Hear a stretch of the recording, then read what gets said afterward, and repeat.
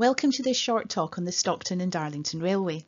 This is one of a series of talks on different aspects of the railway's heritage interest. In this talk, which won't last for more than 40 minutes, we'll explore what survives of the 1825 Stockton and Darlington Railway. If, having heard about what you can still see on the ground today, you'd like to explore for yourself, you can download for free the 7 self-guided walk booklets produced by the Friends of the Stockton and Darlington Railway from their website. You can see the address here. The extent to which the remains survive from this railway is important because the S&DR was the start of the modern railway network that went on to spread throughout the rest of the UK and the world. This makes it world-class heritage that merits preservation for future generations. In 2025 it will be 200 years old, and we in the Friends of the Stockton and Darlington Railway want to make sure that what survives is ready to welcome visitors from across the world. In 1825, the S&DR consisted of a main line 26 miles long, that's just under 42 kilometres, linking southwest Durham, which had considerable natural resources, with the more built-up areas of Darlington, Yarm and Stockton, and the River Tees, which was key to exporting merchandise further afield by ship. This new railway didn't just consist of a main line. It was also designed from the outset to have branch lines. The location and route of these branch lines changed over time, but by the end of 1830, branch lines were operating at Darlington, Yarm, Blackboy, Croft, Hagerleases and Middlesbrough, and the network would go on to extend over a much larger area. But we'll concentrate on the main line survival today and perhaps take a look at the branch lines in more detail in another talk. So let's start with the track bed itself. Depending on the local topography, the track bed consisted of embankments or cuttings, with culverts, drains, level crossings, bridges and boundary features. Out of the original 42 kilometres, just over 19 kilometres of track bed remains as live railway line, seen here in pink, and so has been in continual use since 1825. This means you can still ride a train along parts of the original route. The stretch that's live today runs between Shildon, Newton Aycliffe, Hyington and Darlington and includes the Skerne Bridge. There's another live line stretch to the east between Oak Tree Junction and Eaglescliffe. Even where the line has been continuously used for nearly 200 years, many of the original accommodation bridges and culverts still survive. Only about 9% of the original 1825 track bed has been wholly destroyed by subsequent development. So if we take a virtual trip along the line, starting at Witton Park and heading towards Stockton, what has survived over the last 200 years? The first 5 miles consisted of 2 incline planes, which were George Stephenson's solution to a landscape too hilly for locomotives to haul wagons up. From 1825, a series of sidings ran from the local coal mines around Witton Park to link up with the first incline at Etherley. You can see how this worked on this later tithe map, circled in red. Much of this area has been open-casted for coal subsequently, but there is anecdotal evidence of below-ground remains surviving in places of track and of some linear earthworks alongside the lane north of the New Inn crossroads. This suggests that some track might survive alongside or below the existing lane. Mining remains can also be seen as lumps and bumps in the surrounding area. The 1825 route seems to have run parallel to the road north of where Phoenix Row is now, and some crop marks are visible on aerial photographs suggesting that some remains survive below ground. Certainly it was an area avoided by the farmer for ploughing for many decades. The row of 23 houses, now known as Phoenix Row, was built after the Etherley incline went out of use in 1843. By that date, the incline was being bypassed due to the rerouting of the line through the newly built Shildon Tunnel.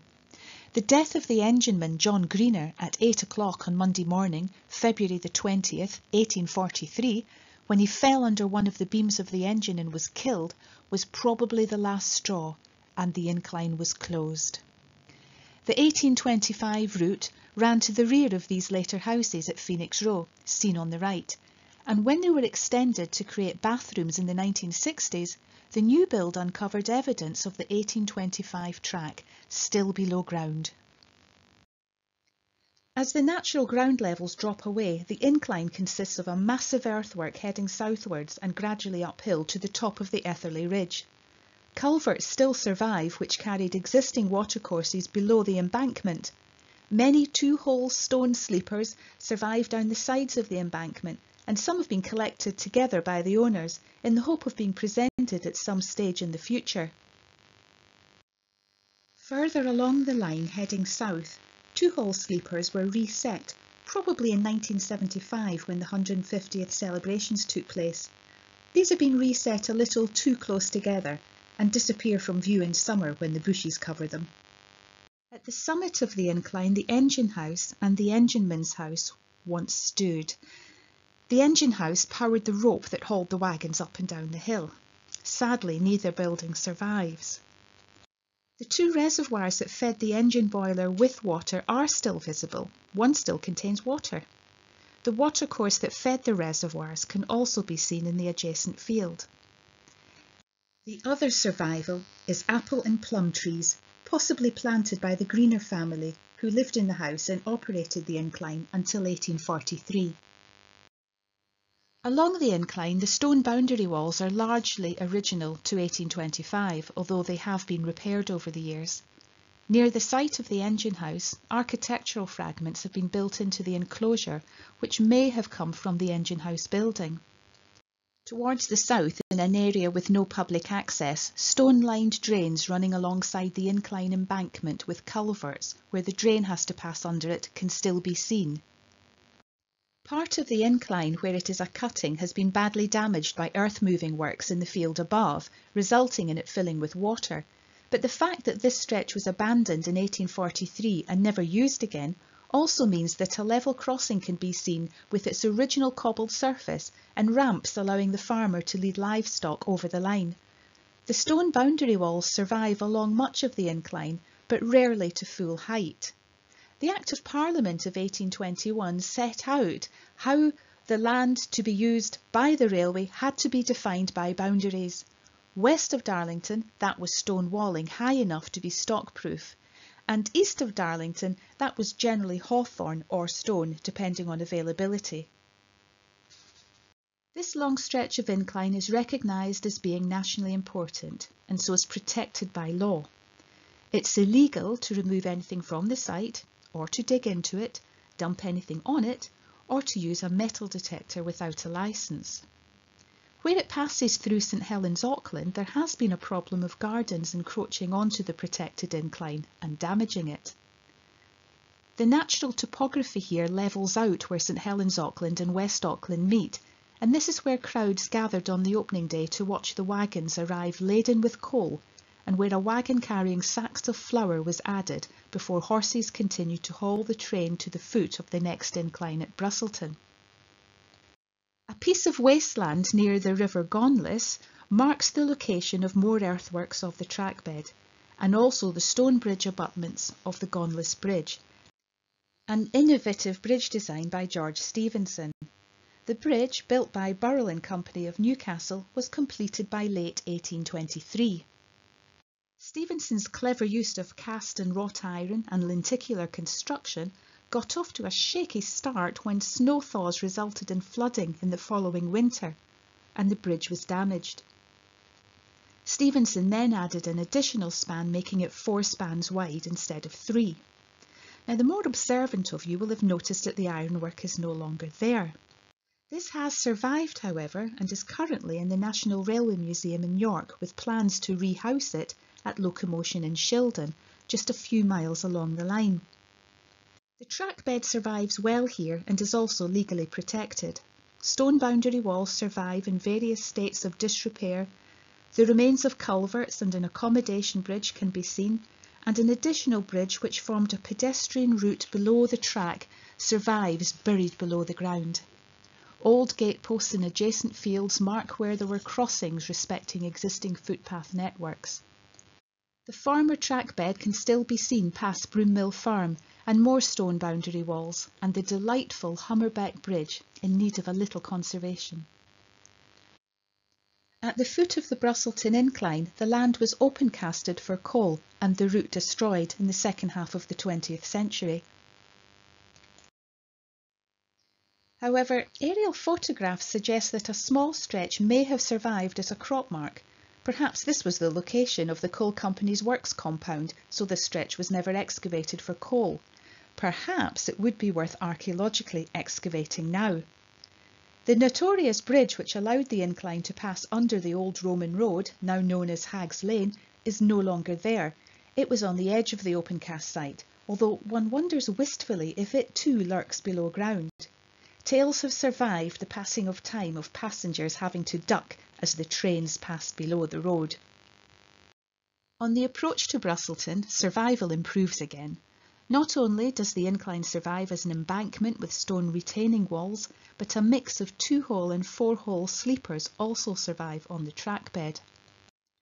2-hole sleepers were the first kind of sleepers made for the railway, but in the 1830s they were replaced with 4-hole sleepers for greater stability when holding the rails in place. In turn, they were replaced with timber sleepers that we are more familiar with today. These first sleeper blocks were quarried from Brusselton Hill, which overlooks the site. Indeed, the quarry, which was owned by the Stockton and Darlington Railway, had its own incline plane to move the stone away from the site.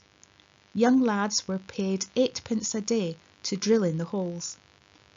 When the railway opened, the top of the hill was already crowned with an 18th century folly, which features on many contemporary plans. You can see one on the right. At one stage, the railway company was allegedly going to use the folly as a signal station, but that never came to fruition. The folly has not survived, but the hill and quarry still overlook the incline plane. Just before the incline crosses Brusselton Lane, there's a very fine accommodation bridge. This was recently restored by Durham County Council with help from the Friends Brusselton Incline Group. Immediately adjacent was a road bridge carrying the line over the road, but this was demolished in the late 1950s. It was very narrow and traffic was increasingly hitting it. However, the remains of an abutment survive. Also surviving here is a boundary marker, seen here on the left, showing where two parishes meet, engraved with R for Redworth and S for Shildon. Such boundary markers were put in by the railway company. Further up the incline is another stone marker. That's the central image here. This one to mark the number of miles from Stockton. The incised figures have worn away, but another one survives further up in the village, reset into a stone wall, which is 20.5 miles from Stockton. The stone sleeper blocks here are in their original position. This whole stretch of incline is now looked after by the Brusselton Incline Group, who are always looking for more volunteers to help them with weeding.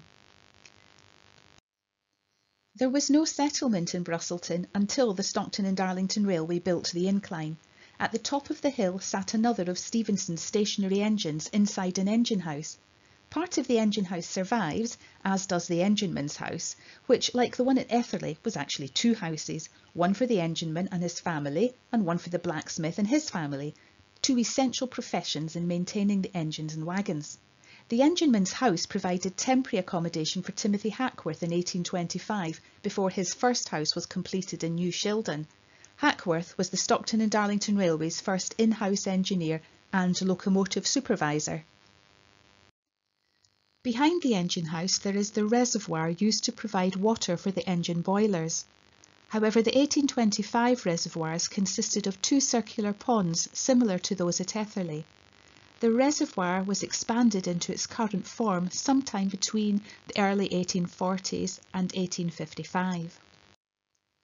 The boundary walls at the end of the village, and indeed the reservoir walls, have a number of split and reused stone sleeper blocks set into them. Once sleeper blocks were no longer being used, they represented useful regular shaped dress stones suitable for reuse in building work. Continuing along the line, the sleeper blocks here have been reset during the 1975 celebrations and some landscaping carried out. Further along is the remains of the Milk Bridge, which allows access to farm livestock to approach the line via a ramp and walk over the top and down the other side into the adjacent field. This bridge also has reused sleeper blocks set within it, so it may be later than 1825. The S&DR continued bridge building well into the 1830s on this line. On the approach to Shildon, the remains of the line have vanished below the road, but who knows what might still survive there. This stretch, heading towards what used to be the Mason's Arms, had the S&DR's first engine shed for 2 engines. On the opening day, it wasn't complete and still needed a roof. Hackworth's first house was also here, but was demolished a long time ago. The Brusselton Incline Group are in the process of resetting some stone sleepers along the route. These sleepers were taken off-site in the 1980s and kindly donated back to the area in 2019. You can see them on the left awaiting their return to the site of the track bed. The restaurant on the corner was the Mason's Arms pub. This was the historic location where the wagons were attached to locomotion number 1 on the opening day. It is not clear if the Mason's Arms had already been built by September 1825. The name implies that it was built to provide refreshments for the workers building the engine shed and the first workers' houses. In any case, the pub was rebuilt in 1875, but the rear cart entrance appears to be original, as is the footprint of the building. The railway line here remained in use until the 1980s, but it's possible that between here and the railway buildings that form Locomotion, the Railway Museum in Shildon, that original track bed survives below ground. Certainly its route and cuttings survive. The collection of buildings at Locomotion are all from the early days of the railway, but the oldest is what is known as the Sawhorse Shed. It was built in 1826 as an iron merchant's warehouse alongside the new railway, but subsequently became part of Hackworth's own engineering business, the Soho Works. Hackworth's second house and adjacent cottages, which date from the 1830s, also survive, although somewhat altered in 1975. Hackworth's Soho Works were demolished, but the raised level of the ground behind his house suggests that some remains may survive below ground. The goods shed is more recent, dating to 1857, but reused split sleeper blocks were incorporated into its structure. The massive coal drops date to the 1830s, and these too have reused sleeper blocks incorporated into their structure. This area is where the Black Boy branch of 1827 and the Surtees line of 1831 joined the main line. The live line here is now part of the 1825 route, so has been continuously operating for nearly 200 years. So you can get on the train at the present-day Shildon station and get off again at Darlington's North Road station, and you've just travelled along part of the same route as the opening day, although it was probably less crowded and more comfortable than the journey on the 27th of September 1825. The track was widened considerably in stages as the railway and Shildon grew, eventually becoming the largest area of marshalling yards in the world until 1927, when the Chicago marshalling yards were built. The area of track bed has contracted again, and a footpath and cycleway occupies part of the 1825 route, but despite this, there is some evidence of that first railway. Stone boundary walls on the north side appear to be original, and lying amongst the bushes are stone sleeper blocks. There are also a number of limestone quarries here. They opened because the railway made the transportation of lime possible. Lime kilns were built and the lime uploaded into specially adapted lead-lined wagons on the railway from April 1826. The lime went on to be used to improve agricultural land or to make lime mortar and lime wash for buildings. Most of the bridges along this stretch are much later than 1825, but the first bridge south of Locomotion at Thickley was built by the S&DR in 1857 and subsequently widened many times over. On the approach to Newton Aycliffe, there are disused sidings visible, and loading platforms can also be discerned, probably all later than 1825. Low stone curbs alongside one side of the modern track might be original. A set of sleeper blocks near Newton Aycliffe station were reset in 1975. Beyond Aycliffe Station, heading towards Hyington Station, is Aycliffe Woodhouse Bridge. The style of this bridge appears later, but a bridge was shown here on maps dating to 1828. Hyington Station consists of a building designed as an inn and commissioned by the Stockton and Darlington Railway in 1826. It was designed by John Carter, like the S&DR inns at Darlington and Stockton, the masonry work carried out by Storey and Sons, and the joinery by Michael Windale. It sat in front of an S&DR depot and was designed to offer refreshments to the depot workers and to customers coming to purchase merchandise from the depot. It was also where packages and parcels could be delivered and collected, and where passengers commuting along the lines could get on or off a train. This was also the location where locomotion number 1 was delivered by horse in parts prior to the opening day. The inn survives, although it's been extended. It includes an early railway platform consisting of a cobbled surface.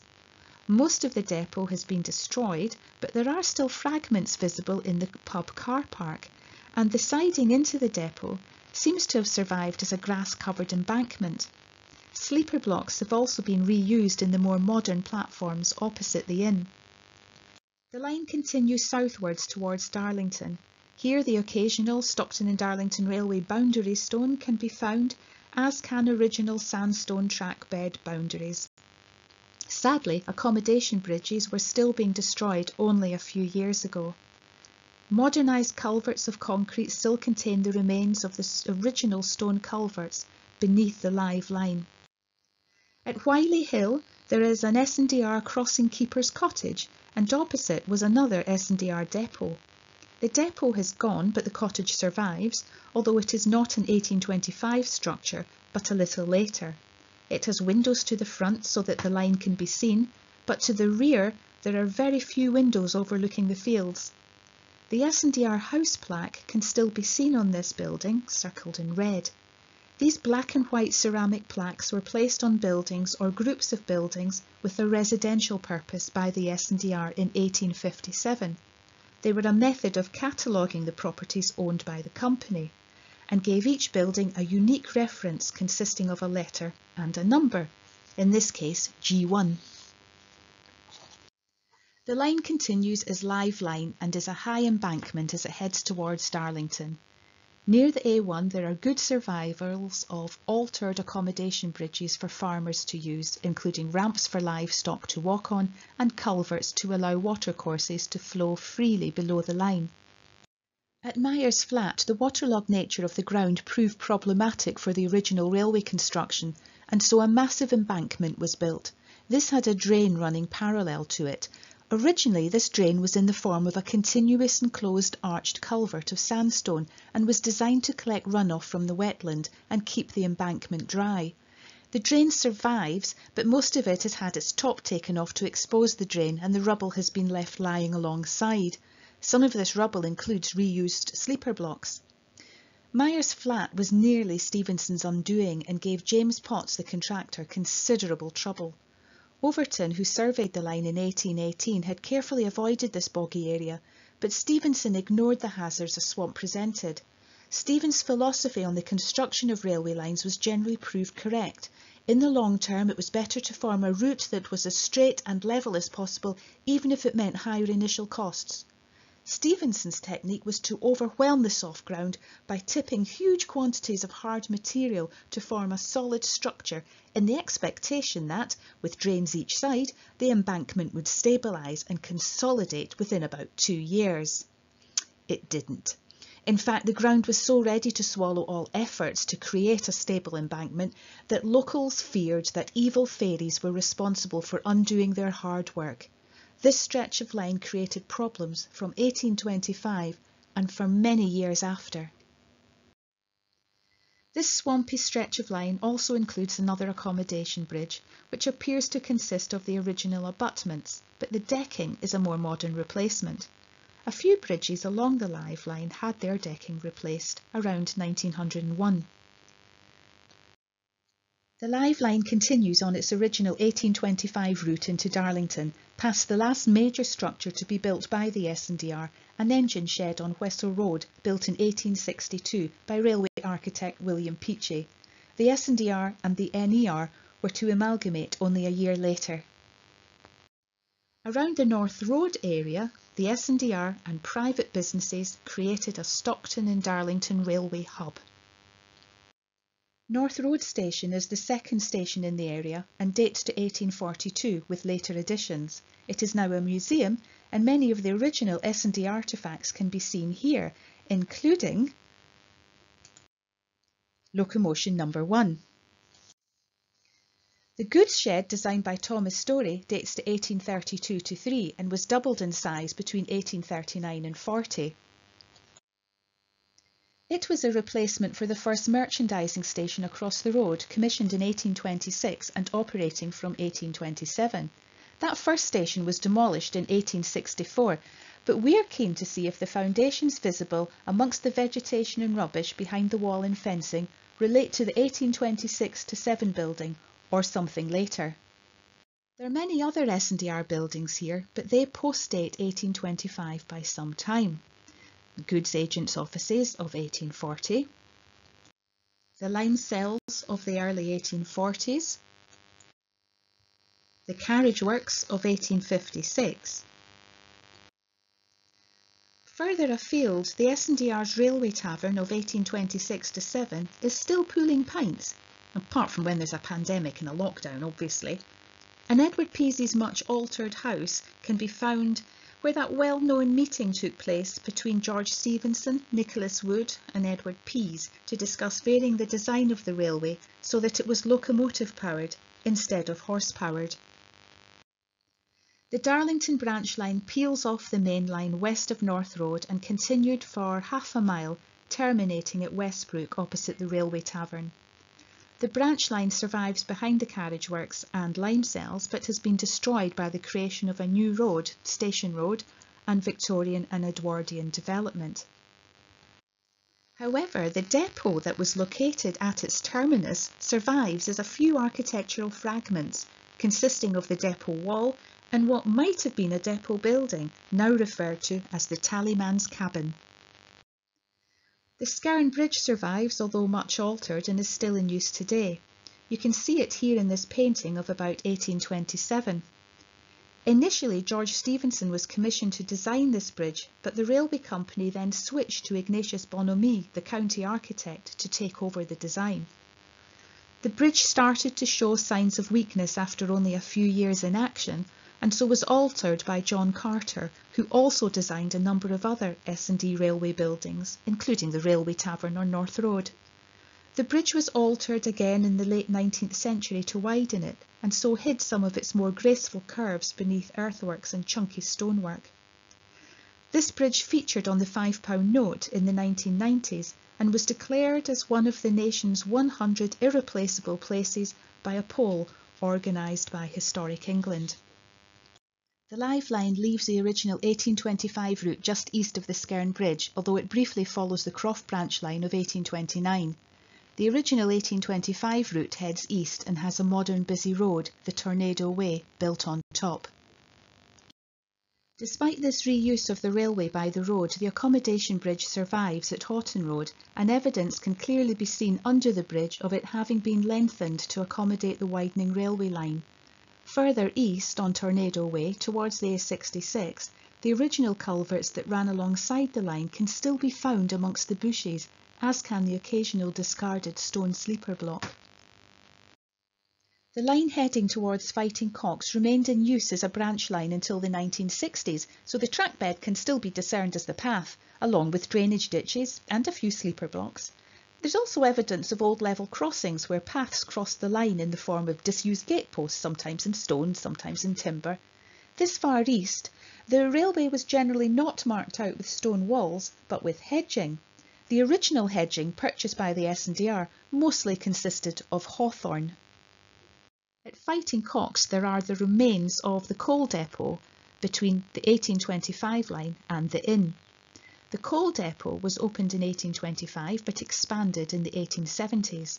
The large depot walls still survive, as does part of the raised track bed from the second phase depot.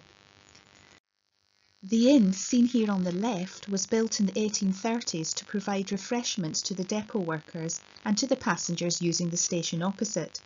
The station building at Fighting Cocks is the second station on this site. You can see it on the right. The first station, referred to as a cottage by the railway company, was built in 1831 and its remains have been incorporated into the later 1860s station. Alongside the track bed, across the former level crossing, is the remains of a waiting shed dating to some time between 1855 and 1875. Built of pale yellow bricks, it awaits restoration, hopefully by the Friends, the parish council and the neighbours who are proud of their railway heritage. You can see it in happier days on the right, when it was used by the railway as a paraffin lamp store. The track bed survives as a path all the way to Oak Tree Junction, where the live line picks up the original 1825 route again. At Goosepool, near Teesside Airport, the live line continues, although road improvement schemes have removed various chunks, for example at Crossing Keepers Cottages, where a bridge was inserted at a later date to replace the original level crossing. The cottages themselves are a few decades later than 1825. A coal depot of unknown date, but incorporating stone sleeper blocks, survives in remarkable condition here, but it's covered in vegetation and hidden behind a gate on private land. You can see it in the bottom right photo. On the other side of the road is the former single-storey West Hartburn Tavern that once served the depot workers. The two-storey brick building adjacent was Low Goosepool Farm, which appears to be 18th century in date. It was purchased by Benjamin Flounders in 1820. He was a founding member of the S&DR and a Quaker. Beyond the West Hartburn Tavern and Low Goosepool Farm, the south side of the road has a distinctive low stone boundary wall, about 21 metres long, that appears to be the S&DR boundary. Along the top there are slots for fencing to fit into. Old wooden gateposts nearby indicate the route of former level crossings. At Early Nook level crossing, at the junction with Long Newton Lane, a rather fine wing wall with triangular copes and terminating with a typical S&DR pepper pot stone terminal was damaged a few years ago and still awaits restoration. At Allen's West Station, previously known as Yarm Station, the line of the Yarm branch, which also opened in 1825, has been fossilised in the landscape with a curved field boundary which runs off the main 1825 line and heads south to the depot at what is now the Cleveland Bay Inn. We'll look at the Yarm branch in more detail another time. As the approach to Stockton becomes more urbanised, there is less survival of the 1825 S&DR, so it's perhaps all the more surprising, therefore, to find good evidence of it. The live line departs from the 1825 line before Eaglescliffe Station, but it's fossilised by Clarence Road and Victorian houses are set back from Yarm Road at an angle respecting the line of the Lost Railway. A dip in the gardens of properties along Yarm Road are suggestive of a buried railway cutting. Perhaps an opportunity for some community garden archaeology here. By far the best evidence is in Preston Park, where, because the line was abandoned relatively early in 1852 due to the objections from the local landowner, the earthworks of the 1825 line survive intact, albeit covered in woodland. The photograph is an old postcard where it's easier to see the linear earthwork of the track bed than it is today. These remains have benefited from some survey and excavation by Tees Archaeology and include potential sidings and loading platforms, an extraordinary survival not seen elsewhere. It was along this stretch of Yarm Road that the race took place on the opening day in September 1825, between a stagecoach with 16 passengers pulled by 4 horses and locomotion number 1 with 600 passengers and 80 tonnes of goods. Locomotion number 1, of course. North of Preston Park, urbanisation, car garages and a dual carriageway network have destroyed much of the 1825 line. However, there are some surprising survivals. Further along Yarm Road, shortly before the live line crosses below it, the 1825 route has been preserved in front of a housing development. The line has been marked out with trees to form an avenue. Heading northeast from here, the S&DR track bed survives as a cutting. much overgrown, but still with a stone retaining wall. Again, it's difficult to see behind railings and covered in vegetation, but it has survived. North of the A66, the approximate route of the S&DR is marked by the modern dual carriageway called 1825 Way, constructed on a high embankment. This takes us to St John's Crossing, where there's another important group of S&DR buildings. A depot was opened here in 1826 along with a weighhouse, weighman's house and a railway tavern, mostly designed by John Carter. An agent's house was added and the buildings extended at various times. It was also here on the 23rd of May 1822 that the first rail was laid by Thomas Meynell of Yarm, chair of the S&DR. It was an occasion of much rejoicing, but Mr Meynell didn't give a speech.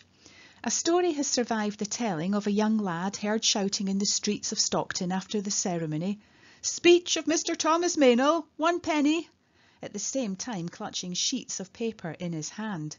One gentleman, amongst others, who invested a penny's worth, found that it was simply a blank sheet of paper. "Why, you little rascal," he said, "there's no speech here." "No, sir," replied the quick-witted youth, "because he said nowt."